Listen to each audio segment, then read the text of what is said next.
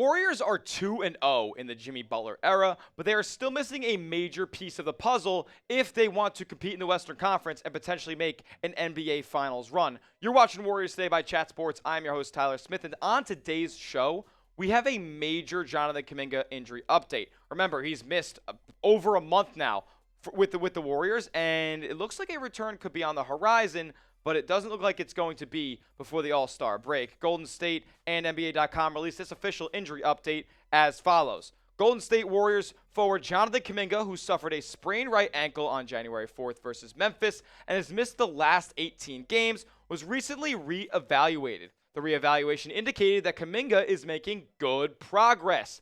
He has started on-court workouts and is expected to progress and be reincorporated into team practices after the All-Star break. He will be reevaluated in 10 days, and that would push us obviously past the All-Star break, which is coming up this weekend. Golden State has 2 more games before that break, and it's on Wednesday against the Dallas Mavericks and Thursday against the Houston Rockets, a back-to-back in Texas against 2 playoff teams in the Western Conference, and they need him back ASAP. I know Golden State's 2-0 in the Butler era, and they looked great against the Bulls after going down 21 and going on a 45-point turnaround run and then taking over in the fourth quarter against the Milwaukee Bucks just last night. But they need him back ASAP, not only to stack more wins and get the contributions that he's been giving you before the injury, but also to actually have the chemistry that needs to be out there on the floor if you are Golden State. Because when you think about it, if Jimmy Butler was just acquired and he's playing with this current group of Golden State Warriors, and then Jonathan Kuminga is not playing, who, let's be honest, before the injury was a huge part of of Golden State's success, like, there's going to be some chemistry issues, some growing pains when Kuminga gets reincorporated back into this lineup. They're playing a different brand without him right now. And let's be honest, like, he was playing the best basketball of his career right before he got hurt. The last 10 games that Kuminga has played, 21 a game, 7 rebounds, 3 assists. So he's even getting up there in the facilitation game. He's improving in that regard as well. 47% from the field and 37% from 3.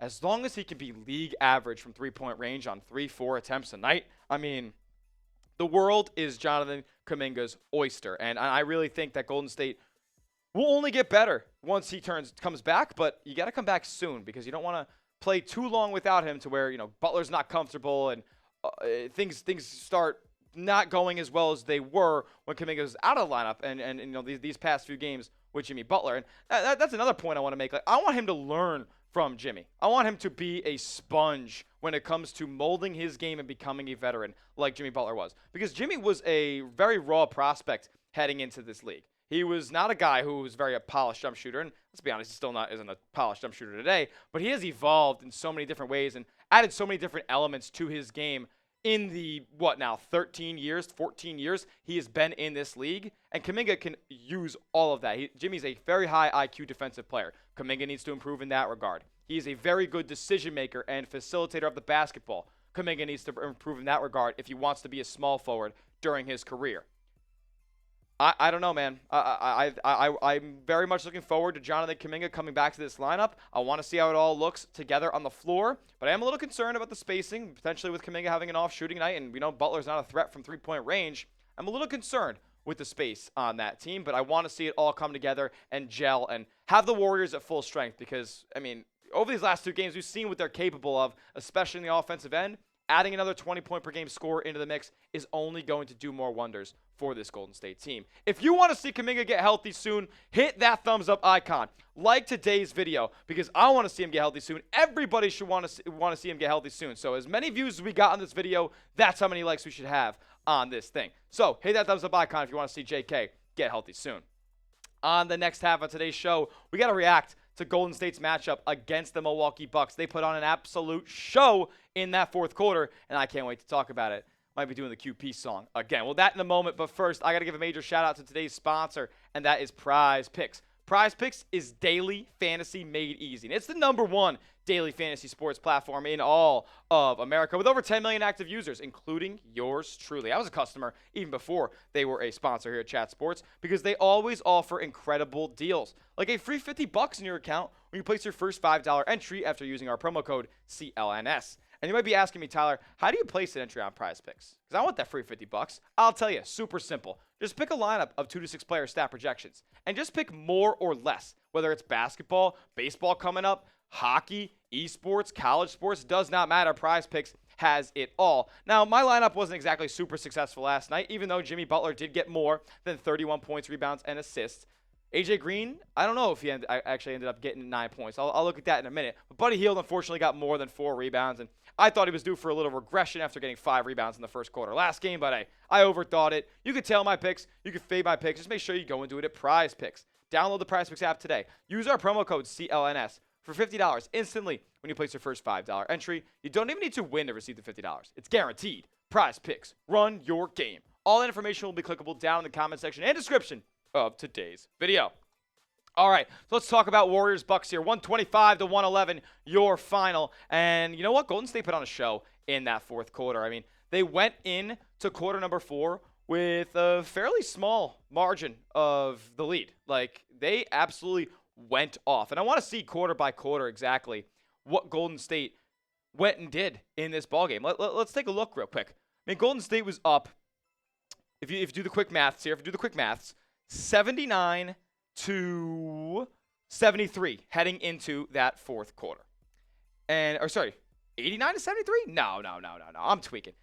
That's 89 to 83. 89 to 83 heading into the fourth quarter, and they took over in that fourth. Won it 36 to 28, and that was spearheaded by a performance of Steph, spearheaded by a performance from Jimmy, also spearheaded by a performance from QP.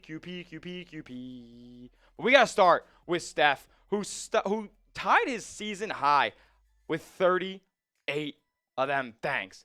I mean, he was unconscious for different stretches during this game. It was fall-away threes. It was ISO dancing, hand down, man down, running off screens. Doesn't matter. He was getting his 6 of 16 from three-point range. Good enough for me. I'll take that any night of the week. He was active on the glass as well, and I think all of Golden State was really active on the glass. 57 rebounds. Won the rebounding battle against a bigger team in the Milwaukee Bucks, a team that started a 7-footer in Brook Lopez when Golden State went small, running Draymond at the 5, Moody at the 4, Jimmy at the 3, all that good stuff. And then Steph just took over offensively. Like, nobody on this Bucks team could guard Steph. Lillard, K. Taurean Prince, K. AJ Green, K. Andre Jackson, K. Gary Trent, K. Does not matter who was guarding Steph. He was absolutely unconscious, and that's now back-to-back games with 34-plus points in this Jimmy Butler era. Look at the pressure that Jimmy is alleviating off of Steph and getting him more comfortable in the offense. And that's a good place to segue to Jimmy Buckets, who puts up another 20-point outing, averaging about 22.5 points in his Warriors' tenure so far. And that's what I said, man. That's what I said. That's all we need from Jimmy if we want him to be a successful offensive threat in this game. And you see, he only went 4 for 12, right? 4 for 12. That ain't exactly great. But he continues to get to the free throw line, which is what Golden State has lacked throughout this entire season. He is a competent ball handler. He is a competent facilitator. You see it in the assist number there. He had 6 or 7 offensive rebounds in this matchup. I want to get that correct because he was creating extra opportunities for Golden State, another thing that they lacked before making this trade. He had 6 offensive rebounds, 3 defensive. Can't ask for more than that, man. You can't ask for more than that. He was fantastic, and I'm so excited to see him continue to affect ball games and continue to put up stat lines that are similar to this. He had 4 steals as well. Super active hands on the defensive end. He was stripping defenders. He was intercepting balls like a free safety. He was really active on that end, and I can't wait to see more and more of Jimmy playing his game and the Warriors adapting to how Jimmy plays. He and Steph are running a couple of pick, screen and roll sets. I loved what I saw out of Jimmy once again. And I also loved what I saw out of QP. Quentin Post lets that thing fly. Another 3 for 4 outing from distance for QP. And he was a part of a big Warriors run that basically sealed the deal in that fourth quarter. I think he hit at least 2 of those in the fourth quarter. Chef's kiss. And you know what, Steve Kerr, why did you not start the guy? Why did you start? I mean, I understand, with Lillard out there, you don't want Post getting switched onto a high ball screen. But who cares when he's putting up 15 points off the bench, man? Golden State doesn't have this type of bench scoring, and maybe it's good that he came off the bench on a night like tonight, but I want Quinton Post to be the Warriors starting center moving forward. He's a decent defender. Like, I don't think he's absolute cooked chicken on the defensive end. We just saw him defend the hell out of Vucevic last game, and you know what? He wasn't the best defensively tonight, but he was still serviceable. Got a couple offensive rebounds, created more opportunities for Golden State. I love Quinton Post, and Golden State absolutely committed highway robbery in the second round of the 2024 NBA draft. He was awesome, and you know what?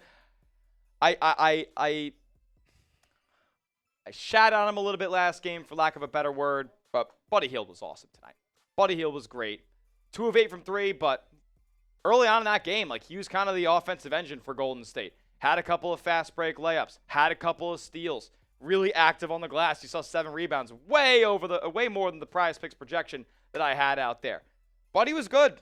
I'll give it to him, but a couple of turnovers and a couple of boneheaded misses with some space in front of him that obviously irk me a little bit, as he is supposed to be a 40+% three-point shooter. I don't know.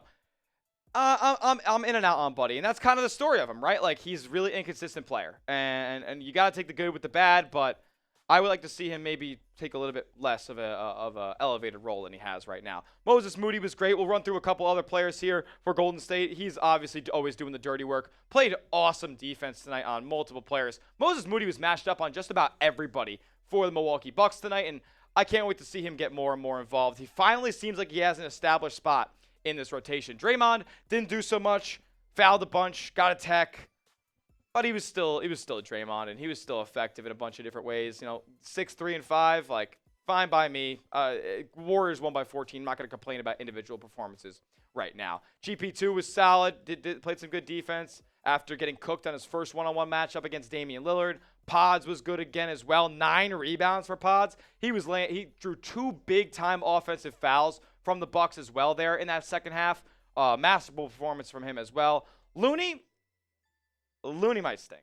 I'm sorry. And I didn't mean to say, like, I knew I said I wouldn't crap on anybody as far as a individual performance goes, but Moody just wasn't good, man. Moody just wasn't good. But hey, the whole team was very solid, especially in the offensive end. I cannot complain about what we saw tonight, but overall, I think Golden State is in a pretty decent spot right now. They're in a pretty decent spot. They beat one of the Eastern Conference's elites. They showed that they could stack up, and I know Giannis wasn't playing, but I mean, I'm not gonna compare the two, but like, Golden State wasn't completely healthy either. Like, you got to respect that Golden State was able to do this without a player in Jonathan Kuminga, who, let's be honest, is a big contributor for them right now. So hopefully he comes back soon, and I can't wait till he does, because when Golden State is at full strength, we can really see the potential of this team making a Western Conference playoff run. What's your number one takeaway from the game? Let me know down in the comment section what you guys think your number one takeaway was from the Warriors' 125-111 win over the Milwaukee Bucks. I would say that this team has dogs, has that dog in them, and that Jimmy Butler has infused that dog in the mentality of a lot of different Warriors. Moody, Pajemski, Hield even, especially in the defensive end as well. Jimmy Butler's energy and effort has been infectious to this team, and I can't wait to see where it goes from here. Let me know what your number one takeaway was down in the comments section.